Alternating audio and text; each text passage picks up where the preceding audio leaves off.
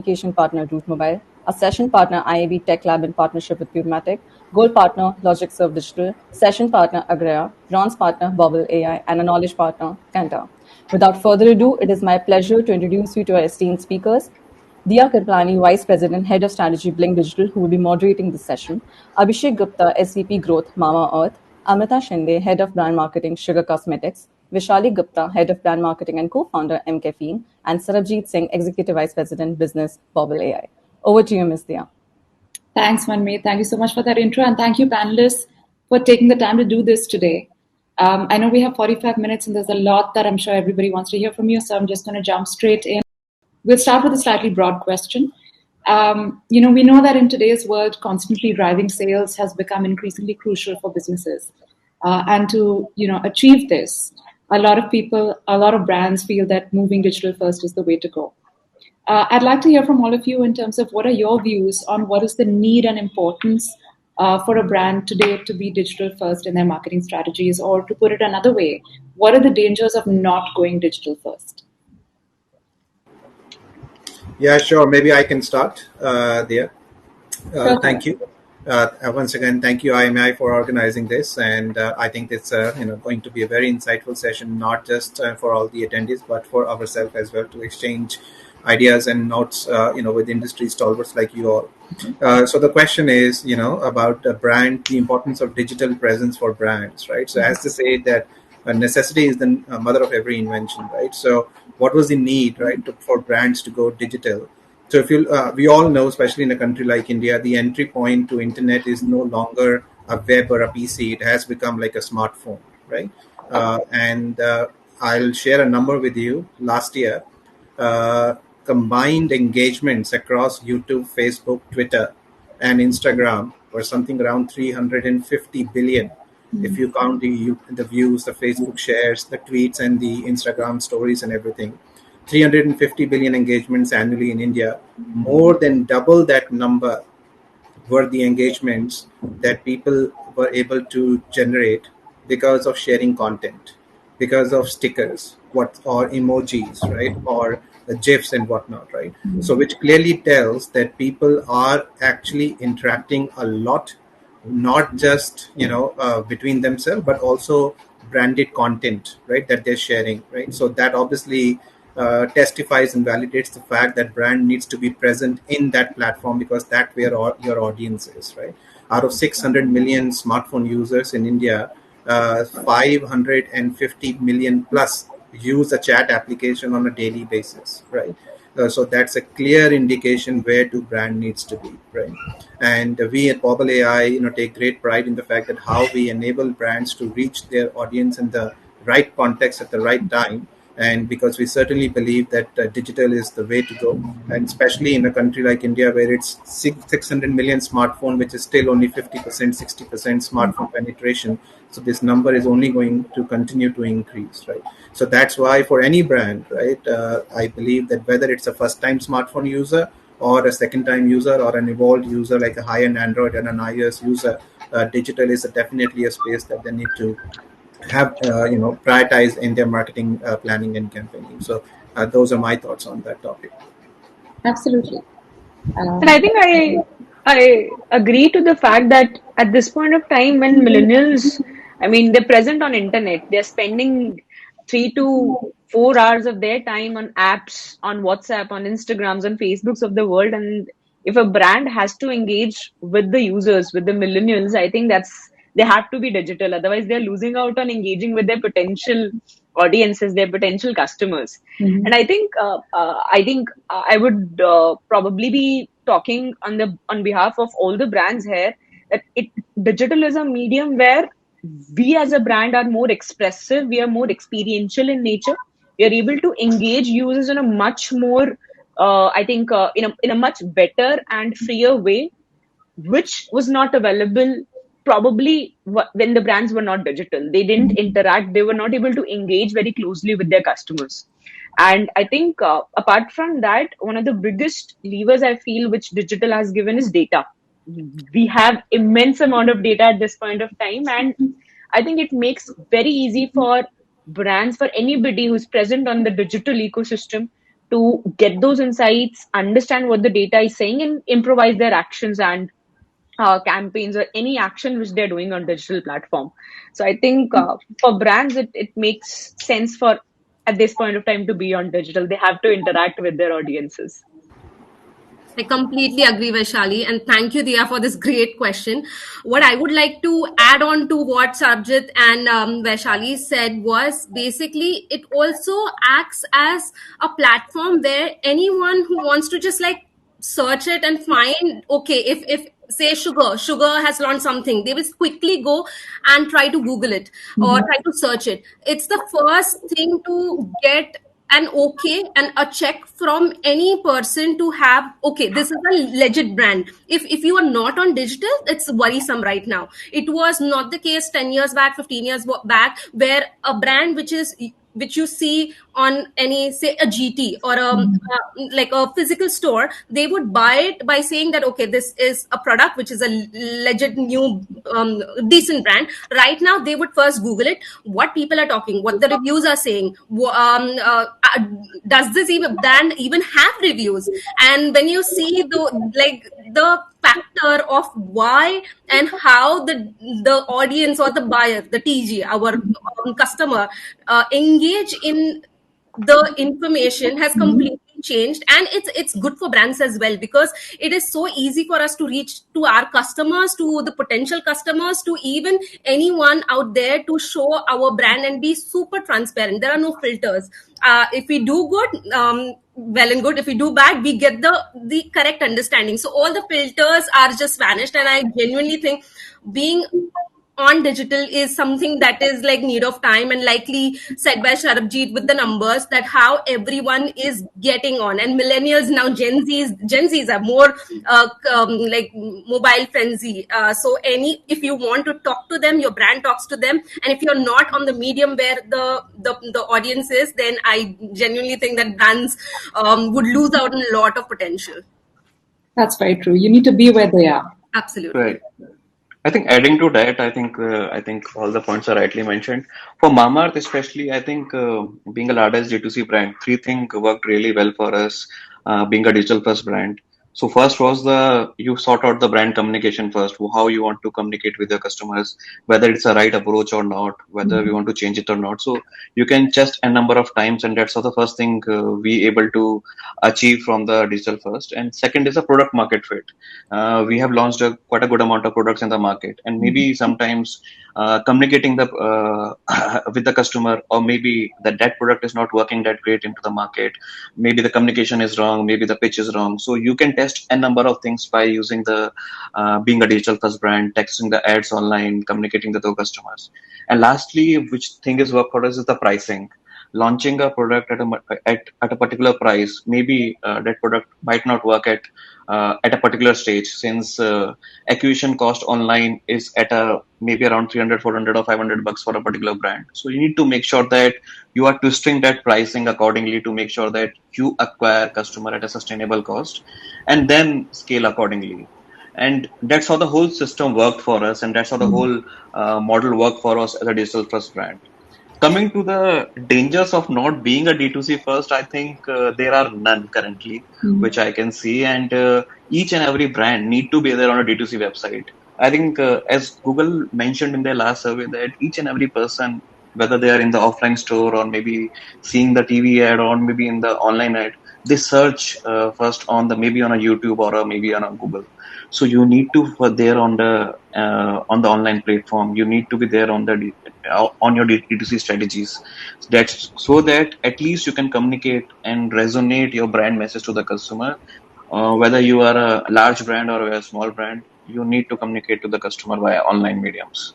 Absolutely. I think it's like how all of you have touched upon in some way or form. If you're not online, immediately there's a doubt in people's minds, because the first thing they do when they see a new brand is they're going to open up their phones and they're going to search for you and check for those reviews. If I may just add one last point on this, Dia, because brand marketeers are very data driven, right? And like, what's the proof, right? What's the proof? So I'll tell you something. It's not just us, right? Actually, Nielsen, right? Such a credible name, did a research, and I can share the link of that research for those interested, which says that 7 out of 10 people would prefer to share a branded content, which could be a sticker or an emoji, if given an option, right? So, for example, imagine that, if I need to send a message to Vaishali needs to send a message to somebody on WhatsApp, then rather than saying, "Hey, let's go for a coffee," she could actually send a mCaffeine branded coffee mug asking coffee in a question mark with her own personality integrated into it, right?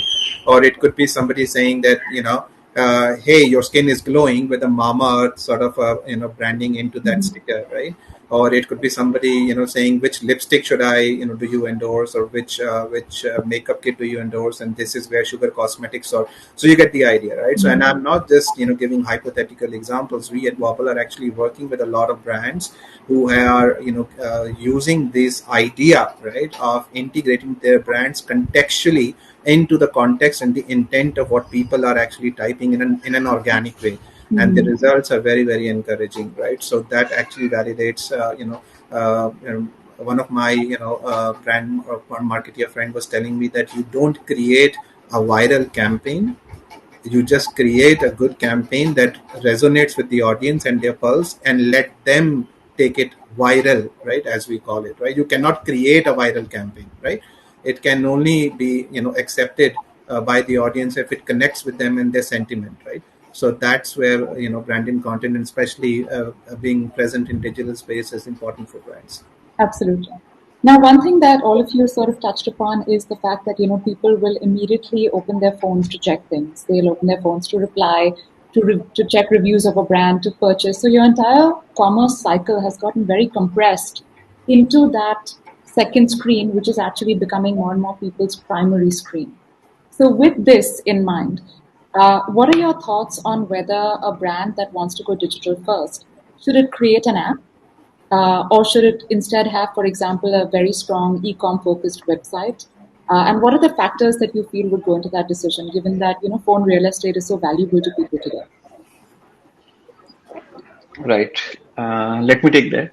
So, if you consider, I think first you need to consider about the where is the brand currently is, what is the brand cycle, whether they have recently launched a brand, whether they are a mature brand, they are confident about their scale, growth, etc. So first, one need to identify that. At the initial phase, when we are not very confident about the brand, you need to first test out a particular things about the product market fit, etc. And then when you are sure, I think app acquisition strategies as well as the app repeat rate. If you are in a world that your revenue, or you, especially in the personal care industry where the repeat rates are high, where in a service industry like Urban Club, where you have a high repeat rates, high LTV customers. So app make really sense for those people. If you are one time acquisition, maybe a second hand car buying, etc., like Spinny, that you startup, so you can rely mostly on your web acquisition. So it depends on the what type of product you are dealing in. It depends on the what type of business you want to deal in.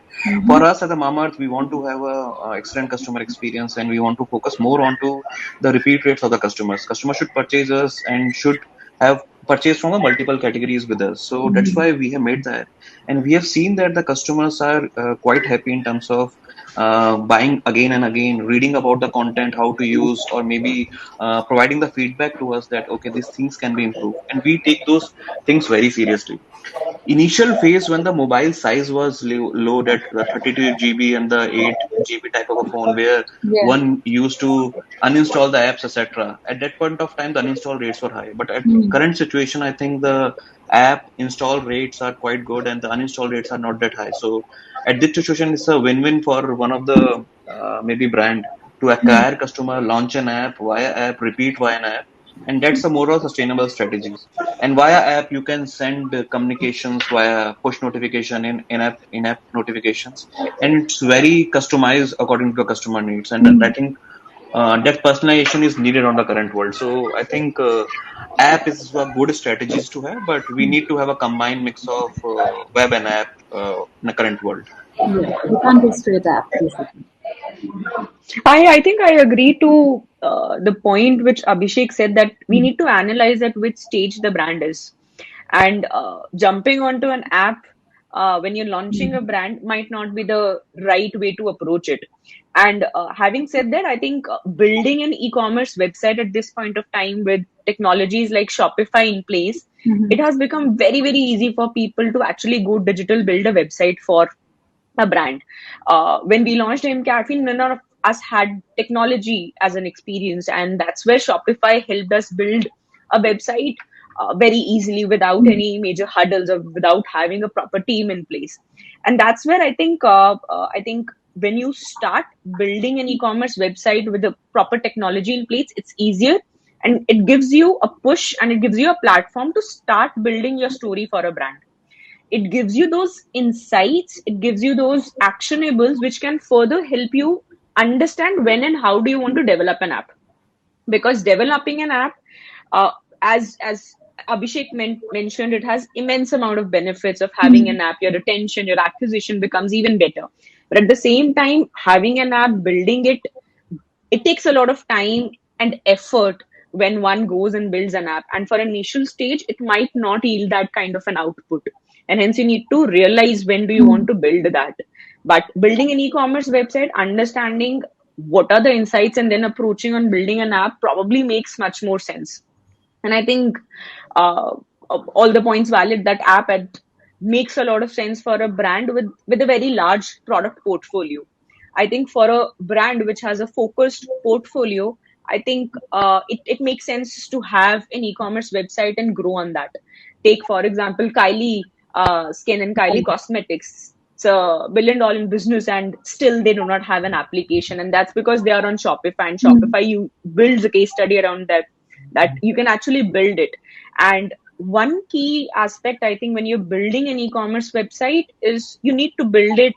You need to build it for mobile, and that's must. Your UI and UX should be mobile friendly. Yeah. So if anybody is looking out to start with an e-commerce website, I think using the right easy technology and making it mobile friendly makes it much easier for you to launch a brand. No, that's very true. Yeah. Yeah. Go Let on. me add on what Vaishali and Abhishek said. We have to also understand, like, I am a big advocate of having our sugar app because I saw a crazy jump on downloads and people actually coming and buying. And if we see the sales coming in from the website and app is like a way to go. But we are now like 6-year-old brand. Would we do it from the first year? No, we did not. We did it in the 4th year. And why? So let me just give you some basic idea of what was the thinking behind it. Two things. When, like, phone is like a very premium real estate. Like, if your app is on it, well and good, first pass, like stage pass. But the second thing is, are they using it as well, or it's been not used? And then one fine day we were like, okay, when I'm cleaning my phone, okay, I never use this app, I'm gonna uninstall it. So we have to understand which stage the brand is in. So when a brand is super new, people will only come to know about that brand via, say, not even your own website.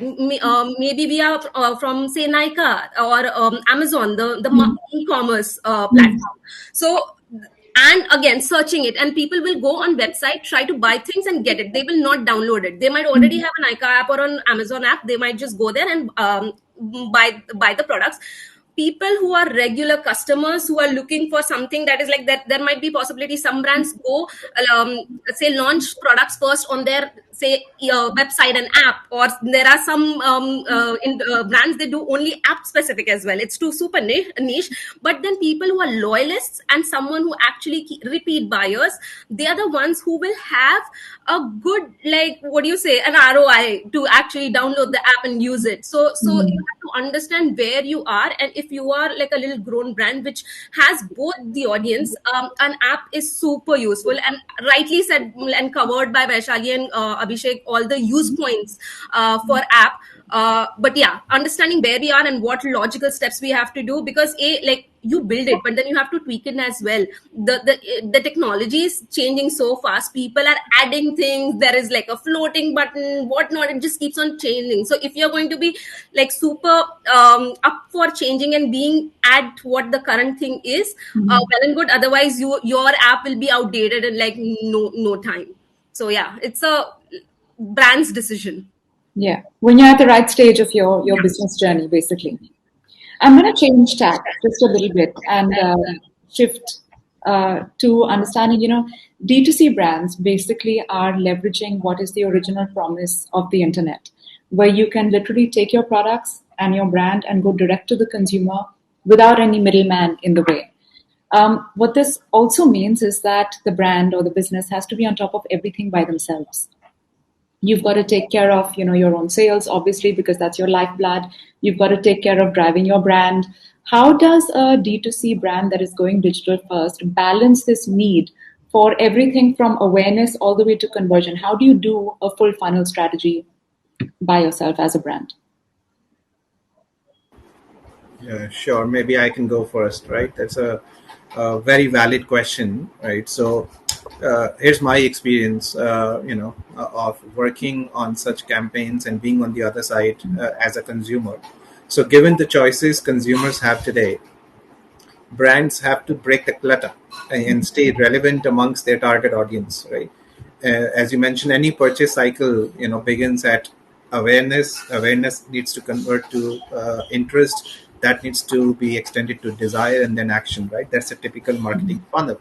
And brands need to ensure that they're constantly engaging across each stage in the purchase cycle, right? You cannot be, we will only focus on awareness and then let's see if eventually we get enough number of actions, right? It can't be, right? You have to be engaging with your audience throughout the journey, right?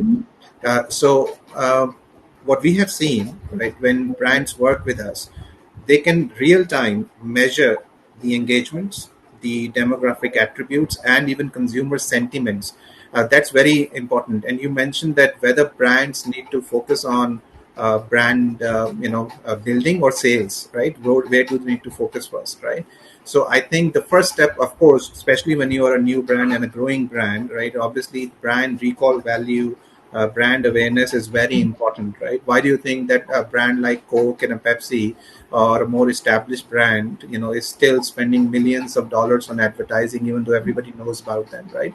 It's about being actively in being actively relevant in your audience mind and conscious, right? Whether consciously or unconsciously, you need to be present, right?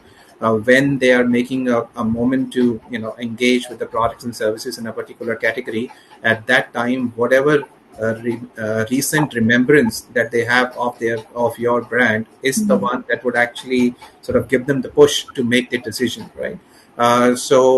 Yes, I believe that it is important for brands to be, engaging with the audience throughout the journey. It starts with brand awareness, right? But you cannot just only focus on one, right? And then, of course, there are tools like brand lift studies, etc., that measure the change in awareness and the recall and the purchase consideration. So those are tools there, and so we have also got some examples of how we were able to create huge recall value and awareness for some of the brands that we work with, and I think that applies to all D2C brand as well. Yeah, those are my thoughts. Thank you, Sarah. So with that, I guess one of the best ways to sort of stay across that full funnel strategy and make sure that you're building that awareness as well as, working through the funnel to get your conversions and drive that advocacy is also your content strategy. What role do you all see the content strategy playing in your brand building efforts? And within that, where do you see word of mouth playing a role, especially in today's world? Okay, I'll take that. When it comes to content, right now, content is everything. It can make you or break you. And also, like, the audience is very intelligent. They know what exactly they want, and they can also get, if it's a plain endorsement of your brands or hard push selling with offers, that doesn't work. People need to understand what platform the brand needs to understand what platform are you on and what kind of communication or the content that you're going to put in. If you're going to hard sell on Instagram, that's not going to work. You need to educate. It's a thumb stopping content, right? Like we say, we need to have thumb stopping content to make sure that at least out of those 3 seconds, 1 second is on our page, or like 1 + 1 second where they get something out of it so they can come back.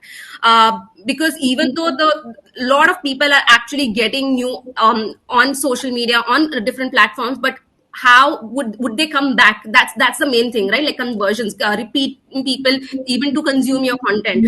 Are you talking about what do you provide, not just in a pushy way, but are you giving them information on how to even use a basic lipstick? We have done so many videos, and so many people have asked us different ways, or even a normal wearing a lipstick, like a pattern, do we do it in a different way? Do we use a primer or what? Like, you just have to, you shouldn't take everything into consideration that okay, people would know that's basic. No, it's not. And also educating them with what exactly the brand offers, and more than brand, what's the idea behind it. It's not just your brand, it's not just about the product. It's about, like, when we launched our 22 shades of foundations, we made sure we tell them what, like, still what people do. Like, when we go and buy a foundation, a beauty advisor will give you a lighter shade, one or two lighter shade. We were sick and tired, right? So to make sure that we are comfortable with our own skin, we made sure that, like, okay, my skin, my choice as a campaign, and we tried focusing on it. So a lot of things depend on content, and content is super important. And when it comes to word of mouth, it will only happen in two cases. One, it's really bad, that will grow, like, if out of like if something is bad, I will say to 10 people. If it's good, I might say to 2 people. It's like a wildfire, and it's like a double-edged sword. So word of mouth will be it is important, and it does have, like, for us, when we had no ads, like television ads, we did not have a lot of like we did not spend much, right? Like, during our first formative years, word of mouth is something that played really, like, an important role with our Instagram or with our social media. So both are equally important. Yeah, absolutely. Sarab, you were saying something. And I think, Sorry, please go sorry, ahead. yeah, please, no, please go ahead. I'm so Okay. No, I just want to actually sort of second what they said, that highest degree of word of mouth influence is actually achieved via digital conversations, right? Because it has the potential to go organically viral, right? Without you having to give it like a push or a boost, right? And it's engaging. So one example, right? And for example, if a friend of mine loves the way how I'm looking, and I'm assuming like two females talking, hey, you're looking gorgeous, right? Which this is a nice lipstick you're wearing, and imagine it going out as a Sugar Cosmetic branded sticker, right? And if my friend likes it, then there's every likelihood that she is going to forward it in her sort of WhatsApp community, right? And then it goes to a WhatsApp group, right? And so on, right? It travels to the universe of billions of conversations and multitudes of ripples being created in that universe, right? For example, I could, aptly think of a case study like Oreo. I'm sure you all know Oreo as a cookie, right? But Oreo actually leveraged the power of digital conversation to amplify Oreo recipe when they actually launched Oreo recipes, if you guys remember. So continuous influence and advocacy for the idea that Oreo is not just a cookie but an ingredient was actually they successfully managed to achieve that by literally using this word of mouth influence and actually having this notion carried through by having micro brand ambassadors, which are actual users of WhatsApp or Facebook or Insta, or people chatting and using their content across those platforms, right? So absolutely, I 100% agree that word of mouth influence, is definitely the way to go, especially in a digital digital space. Thank you, Sarab. Vaishali, you wanted to add something? Yes, I mean, I just wanted to put up a point, because there are a lot of people in the panel to understand how do they build this entire content strategy. And I think Amrita and Sarab both emphasized on the fact how important it is and how do we build different forms of content. And internally, we have faced a lot of this issue while our teams were executing it. As a founder, we had that vision as to what kind of a content we need to put it up in front of our consumers. When there's a team executing it, it was very difficult for us to put up a fundamental structure to it, and how do we look at content. And that's where we derived at 4 pillars of how do we build this entire content strategy and stay on top of it. Because being a large brand, we can't, it's very difficult to focus on what goes on social media as on the content copy or on the image copy at this stage.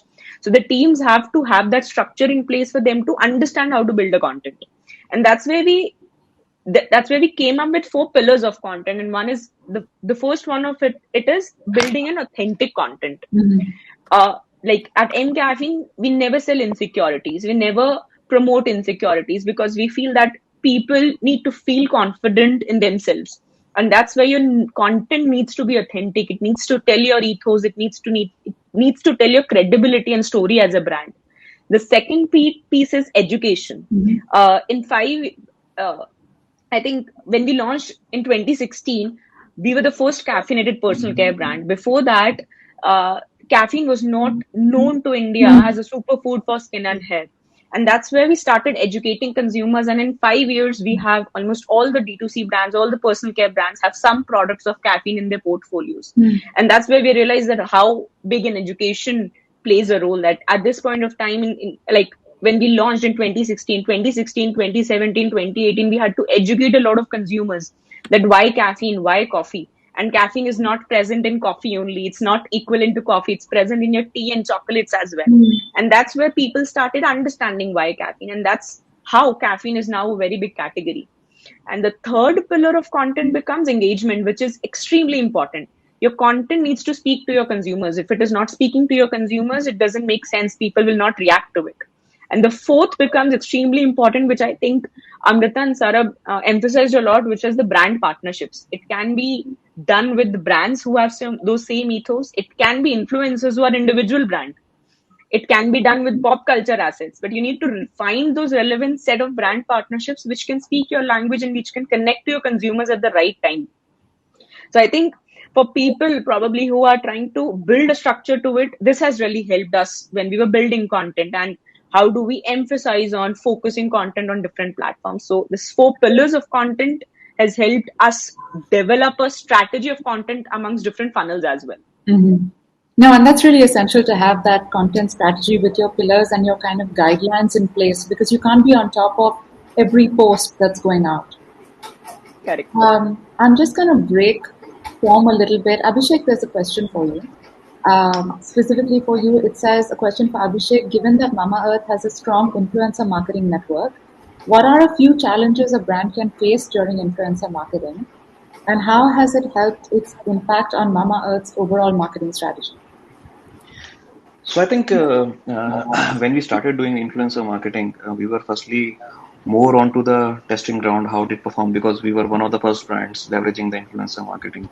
But when we started seeing the impact on the consumers, how they are able to trust the brand to a much larger extent, and also we only work with the influencer who are quite in line with the brand, genuine in their content, etc. So first strategy was choosing the right influencers for us, getting in line with the brand message, getting in line with the type of TG we are dealing in, type of communication we want to promote with. And that's how the first leg of influencer started.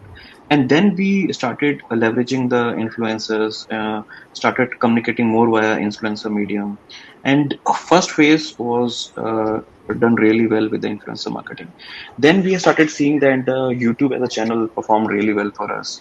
Currently also the video ads have a higher contribution for us in terms of the marketing mix as compared to the other type of content ads, and that's how the whole things started for us.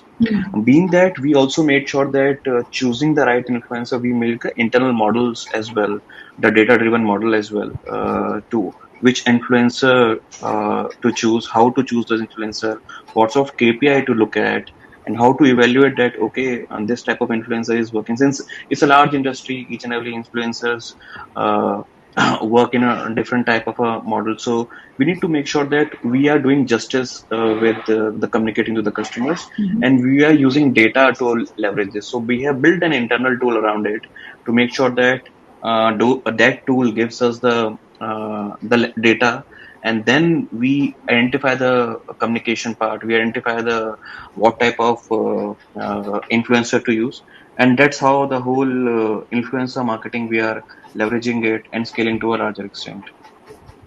Great. Nishant, I hope that answers your question. We have more questions coming in, but I just want to ask 2 more things before we go to the questions from the crowd. The first is how would you all suggest that a brand evaluate its own existing online presence so as to extend that online presence further?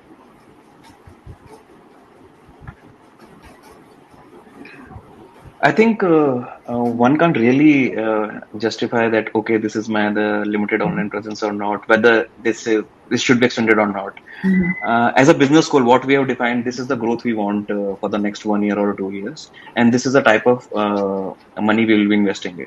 And we have decided two things: whether to acquire more customers or to get repeat customers to a large extent.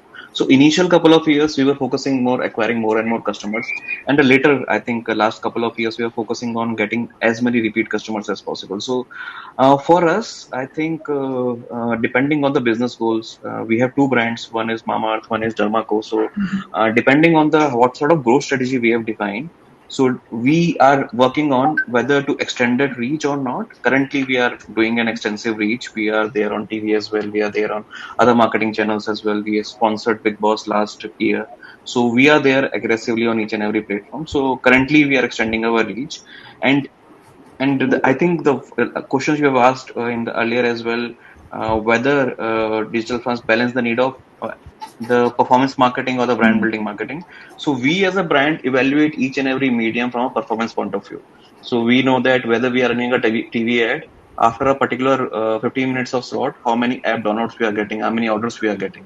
So we are syncing each and every. So we have built the internal models around it. Okay, if you are spending X amount of money on a particular channel, what sort of awareness we are getting, and we are evaluating awareness from a particular KPIs we have in, whether it can be on the any e-commerce platform, whether it can be on the our own website, and then calculating it. So that's how the whole leverage of being a D2C brand. You have each and every data, minute by minute data. You know where your slots are. You know when you are running the ads. Where you know when you are increasing your budgets, and we are able to sync up the whole marketing media mix planning with our whole revenue modeling as well as awareness modeling. And then we are able to calculate, okay, this particular channel is giving us the high maybe installs or maybe the conversions, and that's how we need to plan for the future. So data plays a very important role for us, and we are linking each and every marketing action with that data and taking action accordingly. Now that makes perfect sense because you do have your KPIs to achieve. You need to optimize your campaigns accordingly and so on. Right. And I think our brand team also works on these KPIs only. Our branding really don't work on, okay, these many views I'm getting. So they work mostly on, okay, this is the uplift they want to achieve onto the awareness metrics.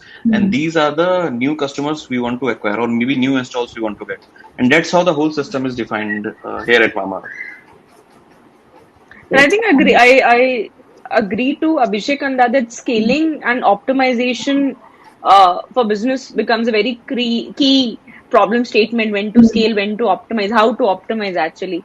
And that's where data plays a lot of role, and you need to set those benchmarks internally as well as to how do you do that. You have to work on content, you'll have to work on distribution, you'll have to work on building the right product, you'll have to work on building the right retention strategies, you'll have to work on building the right marketing modules to get better conversions. And I think every team has to be aligned with those goals. It cannot be just one team probably working on that. It cannot be a D2C team just working on numbers and achieving those targets. It has to be the entire brand team, the content design, brand management, and the D2C teams working in line with the data teams to build KPIs and achieve those. You need to scale, you need to optimize, you need to scale, you need to optimize. And that's where data gives you answers. You can't scale a channel if data is not promising. You can't increase the budget from X to 2X on one day to another day if the data is not promising enough to give you that confidence. So I think data solves a lot of purpose when you're scaling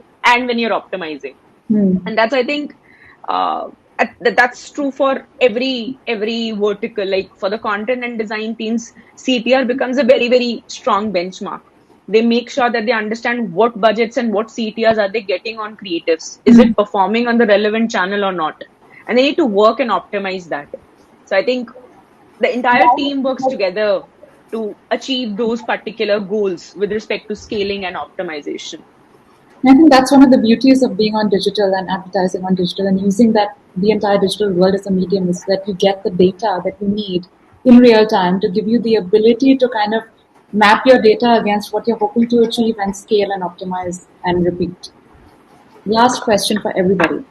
There's a lot of advice out there for emerging digital first brands on all the many, many things that you should be doing. You should do A and B and C, and please also do D and E and F. But what is the one thing that each of you all would like to tell a brand that wants to go digital first to please not do? I'll take that. So just don't concentrate. D2C means D2C, your website, and that's about it. Go like DNVB, it's like digital native vertical brand. Be that, because that's what you need when like having your own website, your own app. Go on the e-commerce platforms as well. Be at as many touch points. There are different apps which are social commerce now as well. Explore that. You never know where the next customer or next audience is going to see you, buy your product, or be sold on the fact of, okay, this brand is something that I relate to. So be everywhere, try out everything. The worst thing not to do is not trying, and trying to have a blind eye for certain things because some notions carry, or like I remember like when TikTok just started, we had seen so many celebrities saying that, oh, okay, TikTok is not for some elite people. That's like a very mass, Tier and 3, never. tier 4 type of And guy. then the entire thing changed. So never like judge any platform. Be super, like explore it. It might work for your brand or not. That's a call you can take it later. But yeah, be there. Do not try things out. Yeah. Thank you. That's lovely. Vaishali, Sarab, Abhishek? I think I three think, things for us. Vishal, you go ahead. yeah. No worries. No, please go ahead. So three things for us. I think I have seen the classical mistakes done by most of the digital marketer or the growth leaders. First is concentrating more on the performance marketing and not concentrating on the communication which you are doing. So I have seen brands changing agencies, digital marketing agency. Okay, ये agency work नहीं करी. Let's try focusing on other agency. They don't really concentrate on what sort of messaging they are communicating, what sort of funnels they are building. So first is concentrate on the funnels. You can't really ignore your brand communication or the way your ads are made. So most of the digital marketing role is about the communication. It's not about how your account is set up. It's just a 10% part of it. It's more about communication. Second thing is ignoring your own website tech, basically the conversion rates. So they just make a Shopify website and expect that, okay, it will shoot the conversion rate for you. You need to make sure that you make the funnels out of it. You should know where the customers are dropping, because what I have seen that 50% or to 60% of gain is from the having the right website or the right funnels in place on your website. And thirdly is evaluating your D2C platform only on your D2C revenue. There will be a lot of customers going to other e-commerce website like Nykaa, Amazon, Flipkart, or maybe the other websites you are presenting. So you need to make a model in place, maybe a sensitivity analysis that, okay, if you're spending X amount of money on product Y, what sort of revenue gain you are getting on all other platforms as well. And that's how you need to build a model, and having the right reinvestment rates in place. Generally, what the website generally do is they invest heavily on a D2C website for a couple of quarters, and then they realize, okay, our website is not performing that well. This is the reinvestment rate, and the Amazon, Flipkart organically itne grow kar gaye hamare liye. But you will not see growth in the future, and that's how you need to play around with the data and make sure that you are putting the right money to the right place of revenue where you are achieving. So it's dependent on one platform to another as well, how your customers, because customers, especially for the new website, they see your ad, they don't trust your D2C website, they go to Amazon, they go to Nykaa, and they purchase from there. And that's how we have also seen for Mamaearth as well. Strong points all. Vaishali, Sarab? I think Amrita and Abhishek give a lot of cues as to how do we look at the digital space. In all the constant discussions I'm having with the team, I keep on reminding them just one thing: don't assume that you know digital. You digital is changing so fast.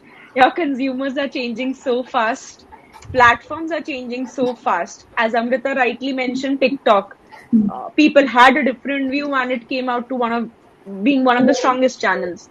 So let's not assume that we know digital. It is changing every moment. It is changing, and the trends need to be understood. It needs to be analyzed, and we need to take those calls sincerely rather than just probably moving on and focusing ki, acha, I've got this probably gyan from the digital world and I can implement it here.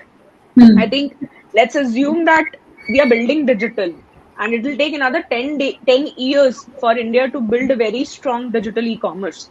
And I think that's where we need to constantly learn. Even like this panel itself was so insightful for me. I would say it was very insightful, and that's where I think everyone should be open to learnings when it is coming to digital. And the second bit, I think, which has been stressed a lot on this panel is data. And a lot of early brands with whom we interact probably uh, they have this one common error which they are making in the initial stages. They don't set up their data models. They don't set up their tracking. They don't set up their funnels. They don't set up their reports. And I think that's the biggest, I would say, mistake probably the brands would do, because that's extreme important. If you don't have data from the beginning, it will definitely hamper your learnings in the coming years, coming months, weeks. So I think yes, don't assume that you know digital. Keep on learning. And the second piece is build your data from the start. Focus a lot on building your data. Fantastic points. Yeah, I'd just like to conclude. I mean, I concur with everything which Amrita, Abhishek, and Vaishali said. Very little left for me to add, but I'd just like to say that if all the marketing platforms are like seashells that one needs to collect, and the moti and the hira hidden behind that platform on the sea is actually a user, then you don't really know that in which one you'll find the moti, right? You just need to start collecting, and you need to continue knocking every and explore every seashell, right? And that's what it is, right? And eventually अगर किसी को दूसरे में मिल गया तीसरे में मिल गया doesn't mean that you will have the same result, right? So what works for your other brand perhaps in the same category, other category, doesn't really mean that it will work for you as well, because your team might be different, your product messaging might be different. So one needs to definitely explore all channels, right? Be open to new ideas. And I've always seen brands asking this question कि आपका user base कितना है, आपके MAU कितने हैं, आपके DAU कितने हैं, and while that's important, but I don't necessarily think that is the only metrics that is going to give you. So if let's say somebody has 5 million user base versus somebody has 20 million user base, but if you only get 10% conversion in the 20 million and you get say 50% conversion in the 5 million, then where would you rather want to invest your dollars, right? So and you will only get to know once you experiment, once you try, right? So the brand needs to be open to the idea of exploring all channels, because your users certainly are. Otherwise, why is TikTok is also growing, Facebook is also growing, YouTube is also growing, a new platform like a Josh is also growing, and the Koo is, which so many platforms are growing, which means that there is enough audience for everyone, right? There is a unique taste that different set of people carry, right? And you never know that where your ideal user is until you explore and experiment with all channels. So those are my concluding remarks as well. Thank you, Sarah. Manmeet, are we good on time? Yes, we are. Thank you so much, Diya, Sarabjeet, Amrita, Abhishek, and Vaishali for sharing such and wonderful insights. And a heartfelt thankful to our audience who put on such interesting questions. That's it. That's the end of the session. Thank you so much, everyone. Once again, stay safe and stay tuned for the next session. Thank you, everyone. Thank you for having us. Thank you. Thanks, Thank you for everyone. having Thank us. you guys. Bye. Bye.